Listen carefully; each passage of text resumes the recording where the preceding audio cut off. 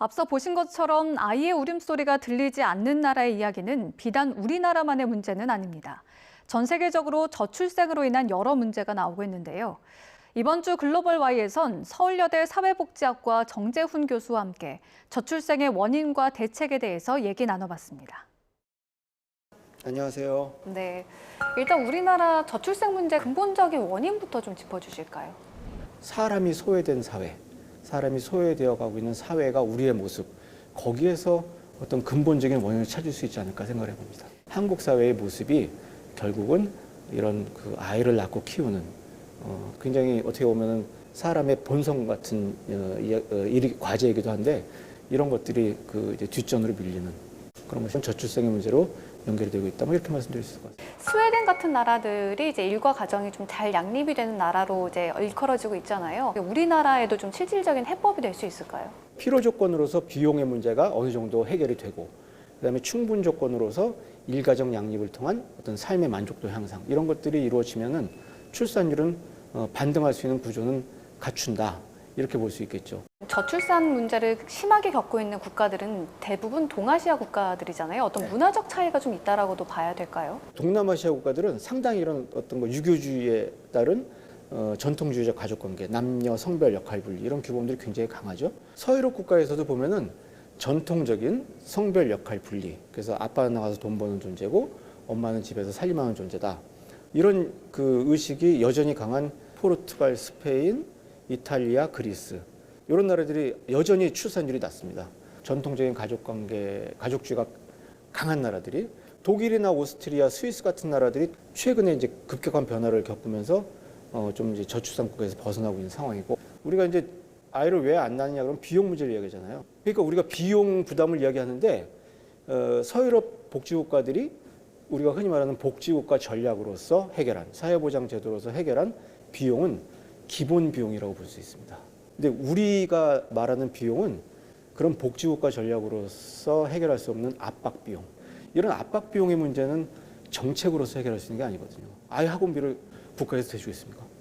네, 그러니까 결국은 이런 그 압박 비용의 문제를 낳는 어떤 문화적인 요인들이 동아시아 국가에 강하게 존재하고 있다. 근데 어떻게 보면 이 경제 발전에 따른 이런 저출산 문제는 자연스러운 현상이지 않느냐라는 일각의 시각도 있거든요. 코로나19 팬데믹의 영향, 그다음에 우크라이나 전쟁 등 이런 그 이제 외부적인 요인에 의한 에너지값 상승, 그래서 주거 비용의 증가, 그다음에 공동체성의 약화.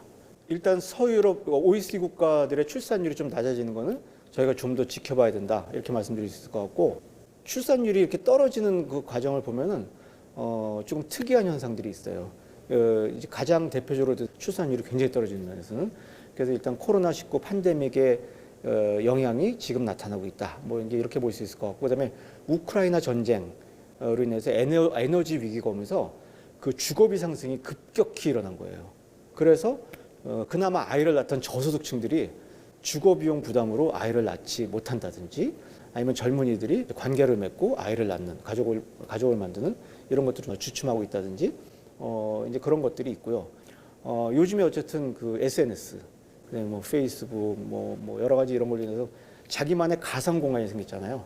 그러다 보니까 서유럽의 젊은이들도 사람과 직접적인 관계를 만들기보다는 이 가상 공간에서 대리 만족하는 어떤 모습들, 이런 것들이 조금 나타나고 있는 거, 이런 것도 요인이 아닐까. 독일과 핀란드를 좀 비교해서 말씀을 드리면 독일은 그래도 떨어지는 게 조금 폭이 작고 핀란드가 급격하게 떨어지는데, 근데 핀란드는 서유럽 국가 중에서도 비교적 일찍이 세속화된 국가거든요. 독일 같은 경우에는 뭐 기독교 문화, 그나마 이제 그런 것들이 그 지역에 남아있기 때문에 이런 어떤 그 사회적 관계에서의 고립이라든지 나만의 가상 공간에 머무는 이런 현상들에 어떤 그 반작용을 하고 있는데, 핀란드는 그렇게 따지면은 그런 그 기독교 문화라든지 그런 것에 가까운 어떤 공동체성이라는 대안을 줄 수 있는 그런 것들이 없는 상황에서 이 SNS의 그 이제 발달 이런 것들이 젊은이들로 하여금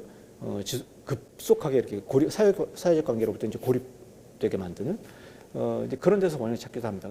우리나라는 이런 저출생 문제를 해결하기 위해서 어떤 방안으로 나가야 될까요? 비용의 문제를 지속적으로 복지국가 전략으로서 해결해야 되겠죠. 그리고 부모의 일가정 양립을 가능케 하기 위한 그래서 삶의 만족도를 향상시키기 위한 뭐 여러 가지 대책들, 사회적 교육 돌봄 체계를 확립하고 부모가 아이를 평등하게 키울 수 있는, 특히 아빠의 돌봄 참여가 획기적으로 늘어날 수 있는 그런 어떤 제도적인 변화가 일어나야 되겠죠. 저출생을 극복하기 위해서는 일과 가정을 양립할 수 있는 사회적 분위기를 어떻게 조성해야 할지 깊이 고민해봐야 되겠습니다. 오늘 말씀 잘 들었습니다. 고맙습니다. 네, 감사합니다.